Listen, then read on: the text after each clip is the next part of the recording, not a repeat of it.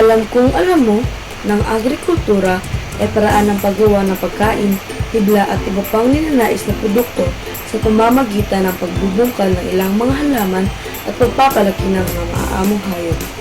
Ngunit, alam mo ba ang kahalagahan nito? Mayroong iba't ibang kahalagahan ang agrikultura. Una, ang agrikultura ay pangunahing pinagmulan ng pagkain. Ang agrikultura ay isang napakahalagang sektor sa bansa dahil ito ang pinagmulan ng mga pagkain ng mamamayan.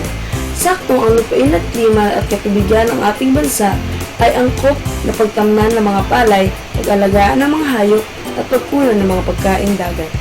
Pangalawa, pinagkukunan ng material para makabuo ng bagong produkto.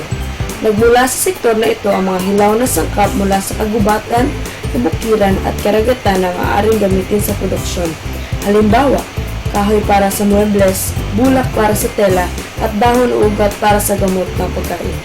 Pinagmula ng kitang panlabas, ang produktong agrikultural ay naibibenta sa pandaigdigang pamilihan ay isa sa mga mahalagang pinagkukunan ng dolyar.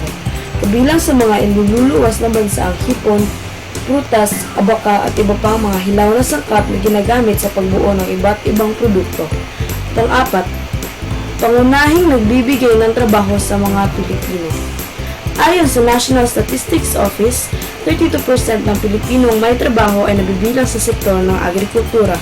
Karaniwan silang nagtatrabaho bilang mga magsasaka, mangingisda, minero o tagapag-alaga ng pagkahayupan.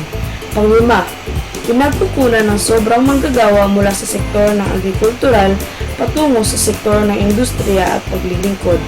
Sa pag-unlad ng teknolohiyang pang-agrikultural at ang patuloy na pagliit ng lupa para pagtamnan, dahil sa paglaki ng populasyon, ang mga sobrang manggagawa ay pinakikinabangan ng sektor ng industriya at paglilingkod batay sa laki ng demand nito. Created using Powtoon.